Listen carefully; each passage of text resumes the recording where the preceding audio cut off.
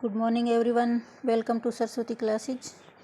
Civil service के exam को लेकर जो हमारी टेस्ट सीरीज चल रही है उसी में आज हम जीएस की कुछ क्वेश्चन देख लेते हैं। तो चलिए स्टार्ट करते हैं। फर्स्ट क्वेश्चन है, भारत का सबसे बड़ा तैरता हुआ सौर ऊर्जा संयंत्र किस राज्य में स्थापित किया जाएगा? तैरता हुआ सौर ऊर्जा संयंत्र राजस्थान में, महाराष्ट्र में, मध्य प्रदेश में या तेलंगाना में? तो ये किया जाएगा तेलंगाना में। ऑप्शन नंबर डी इसका सही आंसर होगा। तेलंगाना के पेद्दापल्ली जिले के रामागुंडम में national thermal power corporation limited द्वारा भारत का सबसे बड़ा फ्लोटिंग सोलर पावर प्लांट विकसित किया जा रहा है। इसकी क्षमता 100 मेगावाट की है। यह भारत का सबसे बड़ा तैरता हुआ सौर ऊर्जा संयंत्र है। लगभग 423 करोड़ रुपए की लागत वाली इस परियोजना में 4.5 लाख फोटोवोल्टिक पैनल होंगे। दुनिया का सबसे बड़ा सौर ऊर्जा संयंत्र जो वो भी भारत में ही है, ये मध्य प्रदेश में नर्मदा नदी पर ओंकेश्वर बांध पर स्थापित किया जा रहा है। इसकी क्षमता 600 मेगावाट है और 2022 से 23 तक इस परियोजना से जो है बिजली उत्पादन शुरू करने की उम्मीद है। भारत का सबसे बड़ा सौर ऊर्जा संयंत्र भारत के मध्य प्रदेश में है और तैरता हुआ जो सोलर पावर प्लांट है विकसित किया जा रहा है वो भी भारत के तेलंगाना में। नेक्स्ट क्वेश्चन देख लीजिए। भारत में निम्नलिखित में से किस वर्ष तक ट्रेकोमा का उन्मूलन कर दिया गया था? ट्रेकोमा का उन्मूलन किस वर्ष तक कर दिया गया था? 2016 तक, 17 तक, 18 तक या 2019 तक? तो इसका सही आंसर है ऑप्शन नंबर बी यानी 2017 तक। ट्रेकोमा एक संक्रामक रोग है। यह क्लेमाइडिया ट्रेकोमेटिस जीवाणु द्वारा नेत्र में बार बार संक्रमण के कारण होता है। विश्व स्वास्थ्य संगठन ने वर्ष 2030 तक ट्रेकोमा के वैश्विक उन्मूलन का लक्ष्य निर्धारित किया है। भारत ने वर्ष 2017 में ट्रेकोमा का यहाँ पे आएगा खत्म कर दिया था इसको। यह आंखों से संबंधित बीमारी है। आंदोलन नहीं, यहाँ पे उन्मूलन आना था, उन्मूलन कर दिया था। तीसरा क्वेश्चन देख लीजिए। टाइफाइड की स्थापना कब हुई थी? 1985 में, 1986 में, 1987 में या 1988 में? टाइफाइड की स्थापना हुई थी 1987 में। ऑप्शन नंबर सी इसका सही आंसर होगा। 1987 में टाइफाइड की स्थापना हुई थी। भारतीय जनजाति सहकारी विपणन विकास महासंघ, टाइफाइड की फुल फॉर्म देख लीजिए। Tribal corporative marketing development federation of India यानी भारतीय जनजाति सहकारी विपणन विकास महासंघ, और इसकी स्थापना 1987 में हुई थी। यह जनजातीय कार्य मंत्रालय के अंतर्गत आता है। इसका उद्देश्य जनजातीय उत्पादों को विपणन की सुविधा प्रदान करके जनजाति लोगों के सामाजिक आर्थिक विकास को सुनिश्चित करना है। नेक्स्ट क्वेश्चन है, हाल ही में जारी न्यूनतम समर्थन मूल्य में धान का न्यूनतम समर्थन मूल्य कितना रखा गया है? धान का न्यूनतम समर्थन मूल्य कितना रखा गया है? 2000 रुपये प्रति क्विंटल, 1940 रुपये प्रति क्विंटल, 1970 रुपये प्रति क्विंटल या 1900 रुपये प्रति क्विंटल? तो इसका सही आंसर होगा ऑप्शन नंबर बी यानी 1940 रुपये प्रति क्विंटल रखा गया। हाल ही में खरीफ फसल के लिए जारी न्यूनतम समर्थन मूल्य में धान का न्यूनतम समर्थन मूल्य 1940 रुपये प्रति क्विंटल रखा गया है, जो पिछली बार से 72 रुपये अधिक है। तो इसका सही आंसर हो जाएगा 1940 रुपये प्रति क्विंटल। नेक्स्ट क्वेश्चन है, वर्ल्ड प्रेस फ्रीडम इंडेक्स 2021 में भारत को कौन सा स्थान प्राप्त हुआ है? ए है 140वां, बी 141वां, सी 142वां या 144वां? वर्ल्ड प्रेस फ्रीडम इंडेक्स जो 2021 में जारी हुआ है उसमें भारत को प्राप्त हुआ है 142वां स्थान यानी ऑप्शन नंबर सी इसका सही आंसर है। गैर लाभकारी संगठन रिपोर्ट्स विदाउट बॉर्डर्स द्वारा प्रकाशित world press freedom index 2021 Bharat को 142वां स्थान प्राप्त हुआ है। इस रिपोर्ट में भारत को ब्राज़ील, मेक्सिको, रूस के साथ जो है ये मंच स्तरीय वर्गीकरण में सूचीबद्ध किया गया है।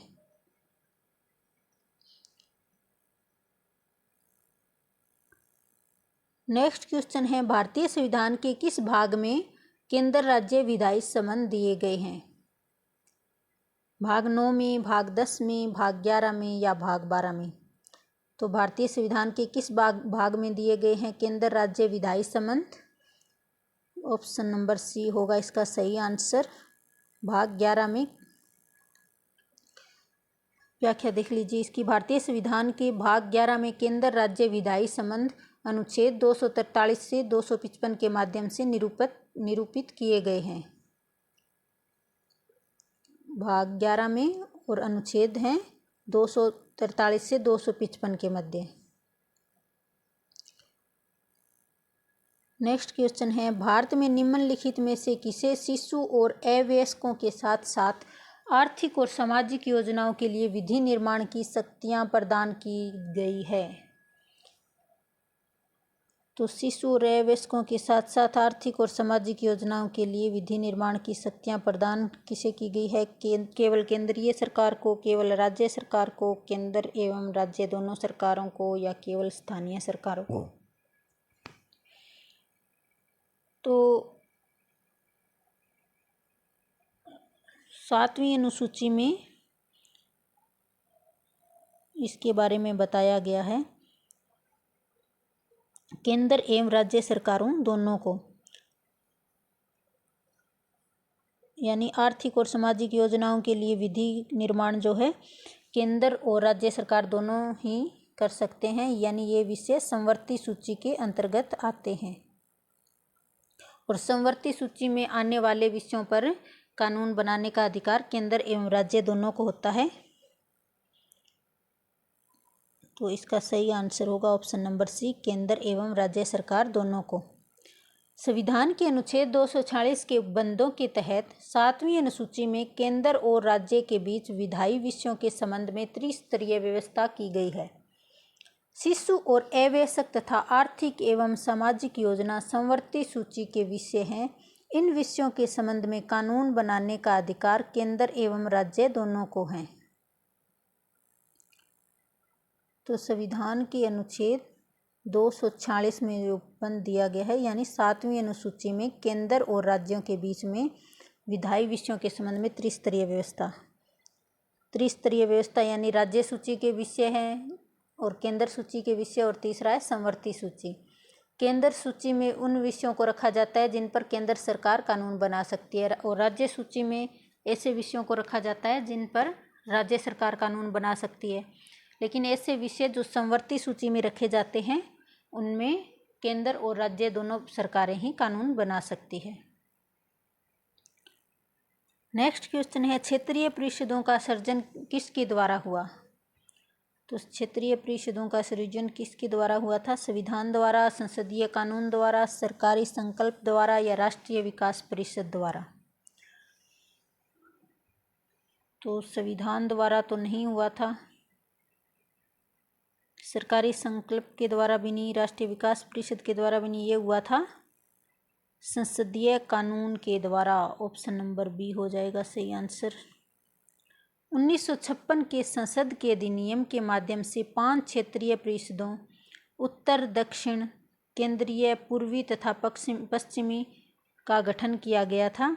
1971 में पूर्वोत्तर राज्यों के लिए पूर्वोत्तर परिषद का गठन उत्तर पूर्वी परिषद अधिनियम 1972 के तहत किया गया। गृह मंत्री प्रत्येक क्षेत्रीय परिषद का अध्यक्ष होता है।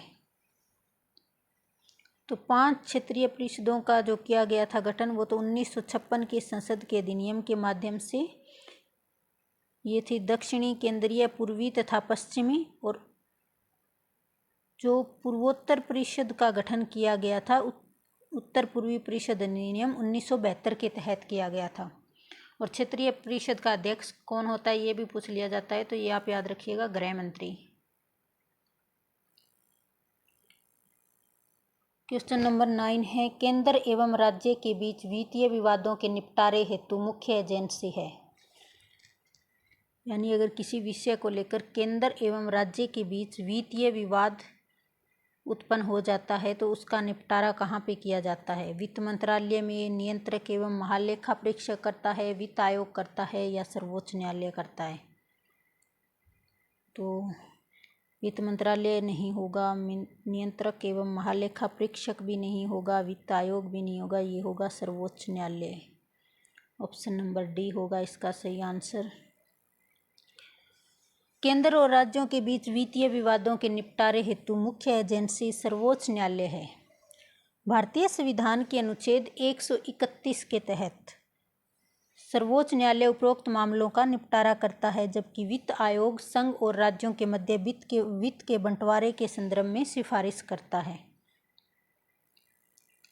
तो ये अनुच्छेद 131 के अंतर्गत आता है, यानी केंद्र राज्यों के बीच विवाद जो सुलझाता है सुप्रीम कोर्ट, तो ये अधिकार उसको अनुच्छेद 131 के तहत मिला हुआ है।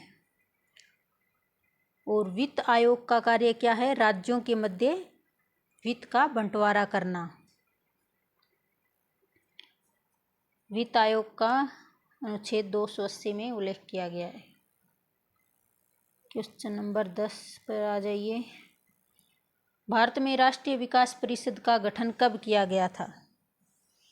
राष्ट्रीय विकास परिषद का गठन कब किया गया था? 26 जनवरी 1950 को, 6 अगस्त 1952 को, 15 अगस्त 1950 को या 1 जनवरी 1951 को?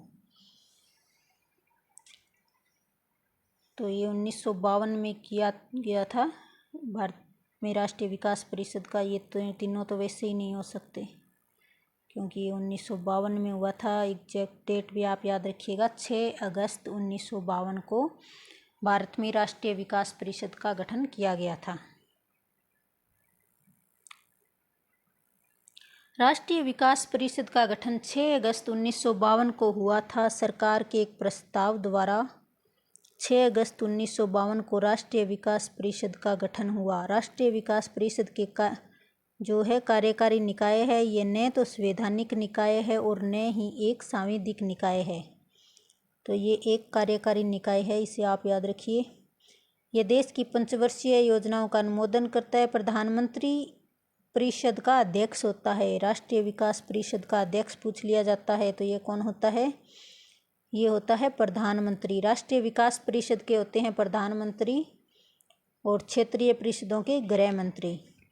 भारतीय संघ के सभी राज्यों के मुख्यमंत्री एवं योजना आयोग, और योजना आयोग की जगह अब क्या है वर्तमान में? नीति आयोग। यानी भारतीय संघ के सभी राज्यों के मुख्यमंत्री जो हैं, यानी नीति आयोग के सभी सदस्य जो हैं इसके पदेन सदस्य होते हैं। Next question number 11। किसी व्यक्ति का पूरा प्रतिबिंब देखने के लिए एक समतल दर्पण की न्यूनतम ऊंचाई कितनी होनी चाहिए? यानी अगर कोई भी आदमी प्रतिबिंब यानी उसमें अपना पूरा ऊंचाई तक को देखना चाहता है तो वो उस प्रतिबिंब की लंबाई जो है उस व्यक्ति से कितनी होनी चाहिए? व्यक्ति की ऊंचाई के बराबर होनी चाहिए, व्यक्ति की ऊंचाई की आधी होनी चाहिए, या फिर व्यक्ति की ऊंचाई की 1/4 या उपयुक्त में से कोई नहीं? तो इसका सही आंसर होगा कि व्यक्ति की ऊंचाई का आधा होना चाहिए। जो प्रतिबिंब की लंबाई है वो व्यक्ति की ऊंचाई से आधी होनी चाहिए। इसका सही आंसर है बी, व्यक्ति की ऊंचाई का आधा। किसी व्यक्ति का पूरा प्रतिबिंब देखने के लिए एक समतल दर्पण की न्यूनतम ऊंचाई व्यक्ति की ऊंचाई कितनी नहीं, यहाँ आएगा व्यक्ति की ऊंचाई की आधी होना चाहिए।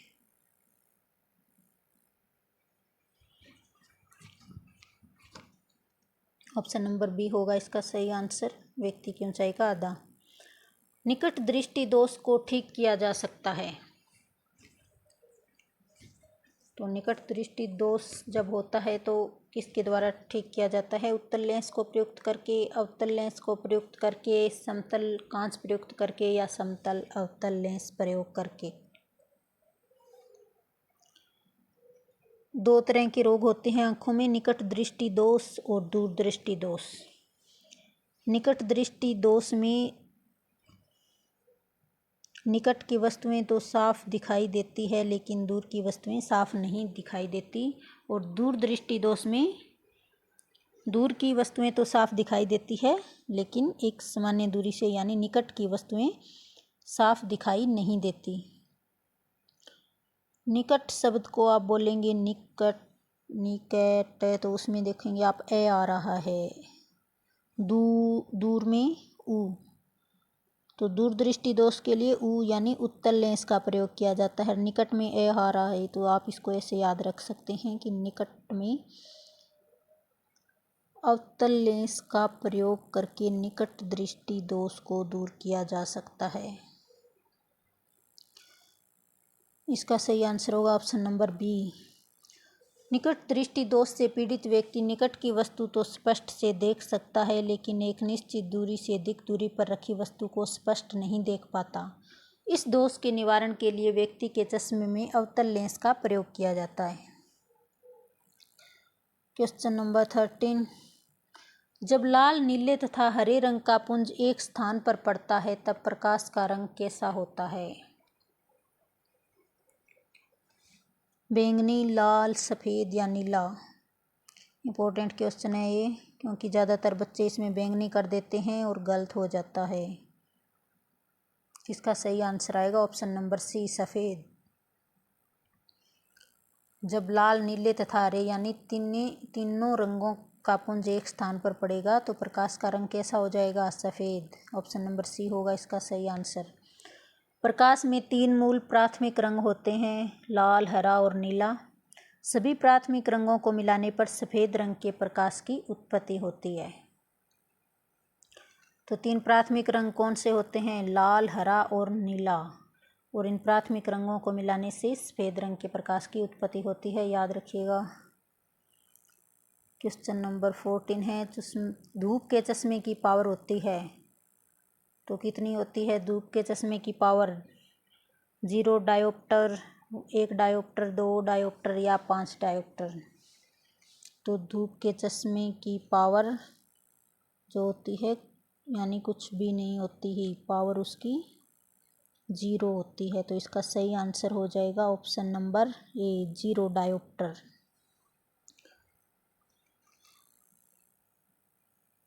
धूप के चश्मे की पावर 0 डायोप्टर होती है। क्वेश्चन नंबर 15 और आज के सेट का हमारा आखिरी क्वेश्चन, रेफ्रिजरेटर में खाद्य पदार्थ ताज़ा रखने हेतु सुरक्षित तापमान कितना है? 4 degree Celsius, 8 degree Celsius, 0 degree Celsius या 9 डिग्री सेल्सियस, यानी कितनी डिग्री तक अगर हम फ्रिज का टेम्परेचर रखेंगे तो खाद्य जो पदार्थ है वो ताज़ा रखे जा सकते हैं? 4 डिग्री सेल्सियस पर, 8 डिग्री पर, 0 डिग्री, 0 डिग्री तो ज़्यादा हो जाएगा। इसका सही आंसर होगा 4 डिग्री सेल्सियस पर। इसका सही आंसर है 4 degree Celsius, option number A इसका सही आंसर है। रेफ्रिजरेटर में खाद्य पदार्थ ताज़ा रखने हेतु सुरक्षित तापमान लगभग 4 डिग्री सेल्सियस है। तो आज की सेट में हमने 15 क्वेश्चन देख लिए हैं। ये सभी के सभी क्वेश्चन आपके एग्ज़ाम के लिए बहुत ही महत्वपूर्ण हैं। टेस्ट आपको कैसा लगा है हमें कमेंट में बताएं। आपके कितने क्वेश्चन सही हुए हैं ये भी हमें कमेंट में बताएं। और अगर आप हमारे चैनल पर नए हैं तो चैनल को सब्सक्राइब कर लें और पास में जो बेल आइकन का बटन है उसे भी दबा लें ताकि हमारी आने वाली सभी वीडियो आप तक पहुंचती रहे। नेक्स्ट वीडियो में फिर मिलेंगे, तब तक के लिए धन्यवाद।